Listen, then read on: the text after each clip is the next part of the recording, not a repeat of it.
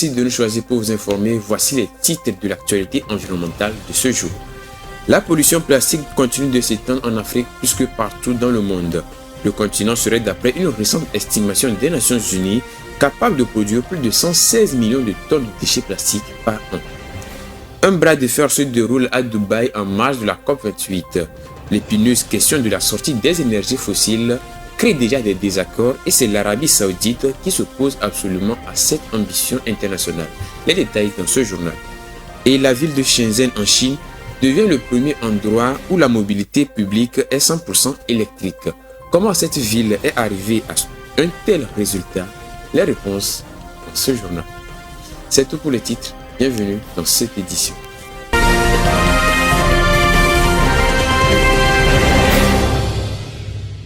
Les déchets plastiques échappent à tout contrôle en Afrique, où ils augmentent plus rapidement que dans toutes les autres régions du monde, selon une analyse des Nations Unies. L'organisation estime que si la tendance de la consommation de ces plastiques ne s'amoindrit pas, la région devrait produire 116 millions de tonnes de déchets plastiques par an d'ici 2060. Les détails dans ce commentaire signé Irène Papadina.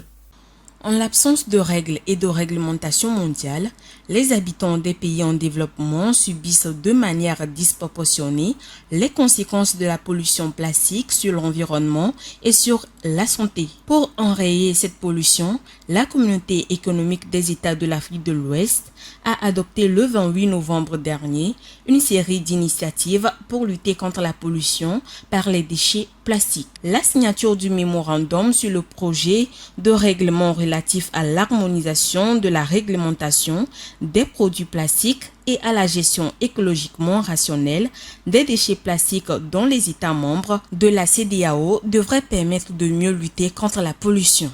En effet, près de 80% des déchets plastiques mal gérés dans les zones côtières ouest-africaines posent des défis croissants aux populations, aux économies et à l'environnement côtier et marin. Selon certains experts, cette situation résulte du boom démographique dans les zones côtières où vit un tiers de la population ouest-africaine, au développement de la société et de consommation. Selon les données officielles, en 2018, 6,9 millions de tonnes de déchets plastiques ont été rejetés par les océans par les 17 pays côtiers de l'Afrique de l'Ouest.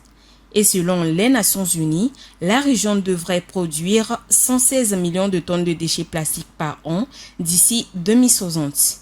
Pour inverser la courbe, les experts appellent les États africains d'améliorer leur gestion des déchets plastiques.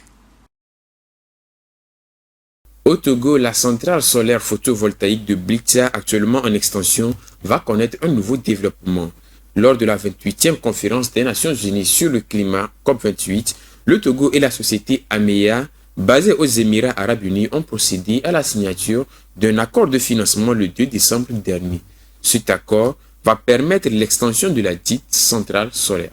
Rafietou Mbereko nous en dit plus. Le Togo et la société Ameya Power basée aux Émirats arabes unis ont procédé lors de la COP28 à Dubaï à la signature d'un protocole d'accord de financement pour la construction de l'extension de la centrale photovoltaïque de Blita. Les documents ont été signés en présence du président de la République par la ministre déléguée en charge de l'énergie, Mila Aziablé, et le numéro 1 de la société, Hussein Al-Nawais, lors d'une cérémonie en marge des travaux de la COP28 au pavillon Togo. Cet accord consiste à doter de la centrale photovoltaïque de Blita d'une capacité supplémentaire de 30 MW et d'un stockage de batteries supplémentaires d'au moins 10 MWh, ce qui portera sa capacité de production de 70 MW à 100 MW au total. L'augmentation de la capacité de production de cette infrastructure énergétique répond à la vision du chef de l'État de diversifier les sources d'énergie, de promouvoir le développement durable et de faire du Togo un pays de référence en la matière sur le continent. L'ambition du Togo est d'atteindre 50% d'énergie renouvelable dans le mix énergétique d'ici à 2030 et de réduire les émissions relatives à ce secteur à hauteur de 8% à l'horizon 2025. Au Maroc, après l'inauguration de l'autoroute de l'eau Sebou-Bourébeg en août 2023, la régie autonome de distribution d'eau et d'électricité de Fès veut lutter contre la pollution par les marines. Ce liquide noirâtre, issu de l'extraction de l'huile d'olive, est à l'origine de la pollution de plusieurs cours d'eau. Alexandra Adekami. Afin de préserver les ressources en eau disponibles, le Maroc mise aussi sur la dépollution en amont. C'est dans cette optique que la Régie autonome de la distribution d'eau et d'électricité de Fès a lancé récemment un projet de lutte contre la pollution par les margines dans la région de Fès-Meknès, en amont du barrage de Sebou, où sera pompé l'excédent d'eau pour approvisionner le barrage du Bourg-Greg au niveau du barrage de Sibi, Mohamed Ben Abdallah. En effet, la région marocaine abrite plus de 320 000 hectares d'oliveraies, contribuant ainsi à 38% de la production oléicole totale du royaume. L'huile d'olive est extraite dans quelques 4 810 unités de trituration représentant une capacité de 769 000 tonnes. Le déchet liquide ou margine obtenu lors de cette opération serait responsable de 88% de la pollution industrielle de l'eau à Fès-Meknès. Cette substance noirâtre fortement chargée en matière organique exige une forte consommation d'oxygène, entraînant une eutrophisation des eaux. Les margines réduiraient également la qualité des sols, car contenant des substances toxiques qui se fixent dans le sol et provoqueraient l'arrêt des stations d'eau potable et de la station d'épuration de Fès pendant plusieurs mois au cours d'une année, ce qui cause des préjudices importants à Fès-Meknès dans un contexte marqué par le stress hydrique. Dans la région peuplée de près de 4,3 millions d'habitants, le RAIDIF allouera 548 millions de dirhams marocains, soit 50 millions d'euros à la lutte contre la pollution par les margines. Coup de théâtre à Dubaï, alors que la sortie ou la réduction des énergies fossiles se trouve au cœur des discussions, une passe d'armes a eu lieu entre le secrétaire général des Nations Unies Antonio Guterres et le prince saoudien Abdulaziz Ben Salman. Ce dernier a fait savoir que son pays s'oppose catégoriquement à la sortie des énergies fossiles. Suivez.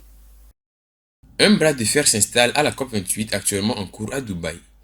Alors que le sommet sur l'environnement tente de faire inscrire la réduction des énergies fossiles, l'Arabie saoudite et certains pays du Golfe s'y opposent. Le ministre saoudien de l'énergie s'est absolument opposé à un accord portant sur la sortie des énergies fossiles à la COP28, donnant le ton des difficiles négociations qui se déroulent dans la ville des Émirats. La sortie ou la réduction des énergies fossiles comme le pétrole, le gaz ou le charbon sont au cœur de sérieuses discussions aux Émirats arabes unis qui accueillent la 28e grand-messe sur le climat. Les deux options figurent pour l'instant dans la première ébauche du texte, mais le prince d'Arabie saoudite Abdulaziz Ben Salman a affirmé que son pays, premier exportateur de pétrole au monde, n'était absolument pas d'accord. Le secrétaire général de l'ONU Antonio Guterres lui a insisté la semaine dernière sur le fait que la limite 1,5 degrés Celsius est tenable uniquement si nous finissons d'arrêter de brûler tous les combustibles fossiles. Le prince saoudien, pour répondre, a lancé un défi à tous ceux qui se disent publiquement devoir sortir des énergies fossiles. Il demande à savoir comment les partisans de la sortie de ces énergies fossiles comptent s'y prendre. Précisons que la Chine et la Russie sont également opposés à toute mention des énergies fossiles dans le texte de l'accord final. Toujours à la COP28, un projet de mise en place de fonds pour les pertes et dommages axé sur le soutien financier et l'aide aux pays pauvres frappés par les conditions météorologiques extrêmes a été officiellement mis en place jeudi dernier lors de l'ouverture des travaux. Il permettra de prendre en charge l'urgence climatique des pays dans le besoin pour favoriser une réduction massive des émissions de gaz à effet de serre. Plus de précisions avec Irène Papadina.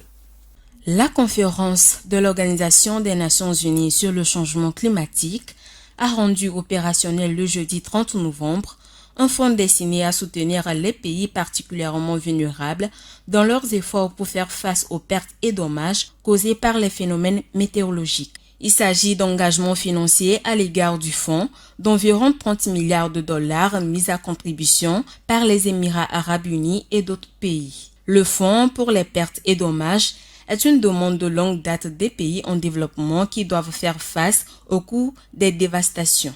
Sur un besoin de 580 milliards de dollars par an pour amoindrir les effets du changement climatique, l'Union européenne s'est engagée à verser 245,39 millions de dollars au fonds pertes et dommages.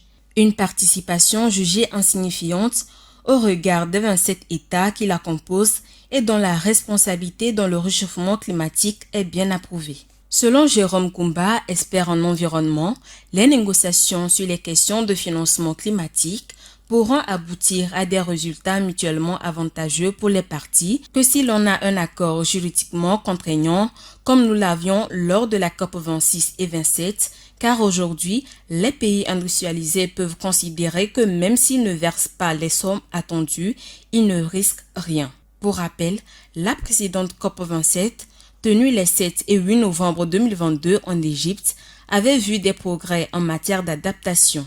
Des promesses et dons d'un montant total de plus de 230 millions de dollars ont été faites en vue d'aider les communautés vulnérables à s'adapter au changement climatique grâce à des solutions d'adaptation concrètes. Retour sur le continent africain dans cette édition. Le gouvernement égyptien souhaite améliorer les services d'assainissement dans le gouvernorat d'Alexandrie. Ainsi, il mise sur une nouvelle station d'épuration. L'usine Kafr Abou Sohor sera construite par l'entreprise égyptienne El Swedi Electric Environmental Solutions. Ce projet vise donc à préserver l'environnement, principalement les ressources en eau. Alexandre Adikambi nous dit plus dans ce récit.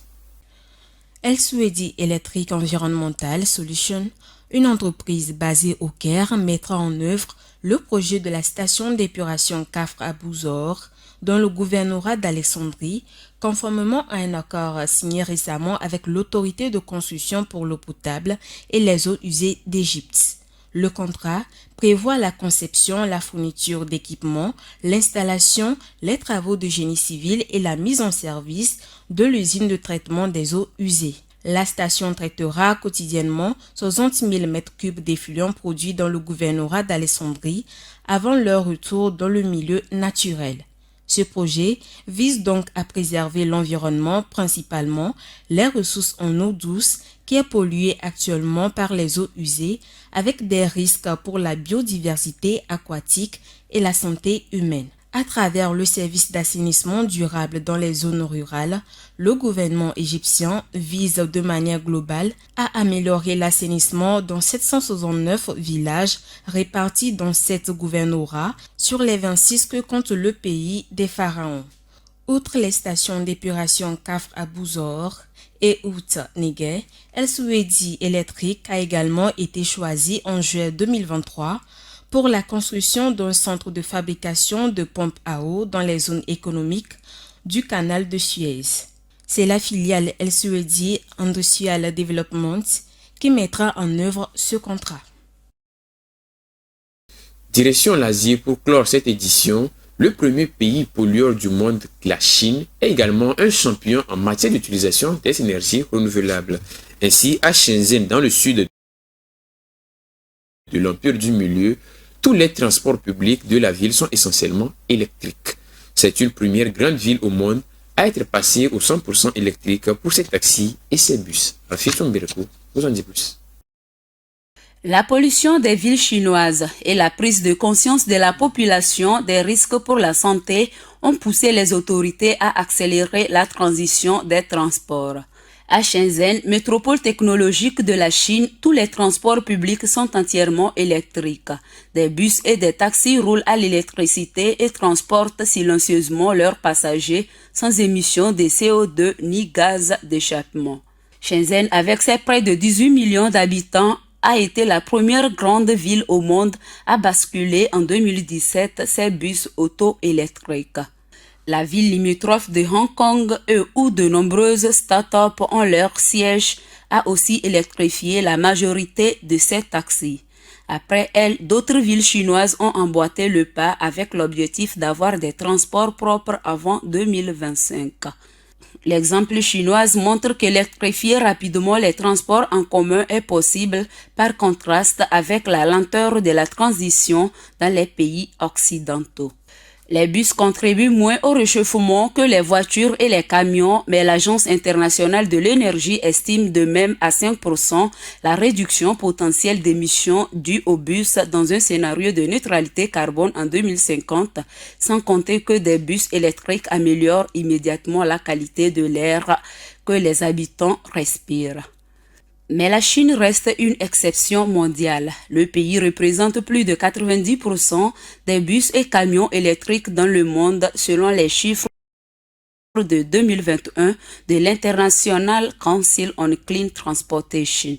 Pour Elio Richard, expert des véhicules électriques, ce n'est pas une ambition réalisable en un temps record. Selon une étude de la Banque mondiale réalisée spécifiquement sur les bus de Shenzhen, à performance égale, les émissions d'un bus électrique sur l'ensemble de son cycle de vie, en incluant sa fabrication et celle de sa batterie, sont réduites de 52% par rapport à un bus diesel. Cette empreinte carbone prend en compte que la moitié de l'électricité de Shenzhen est générée avec du charbon. Au total, les bus électriques y permettent d'économiser 194 000 tonnes de CO2 par an. La Chine est certes le premier émetteur mondial de gaz à effet de serre et reste très dépendante du charbon. Mais le pays est également celui qui investit le plus dans les énergies renouvelables. Ainsi prend fin cette édition. L'information environnementale continue sur votre chaîne Green TV International.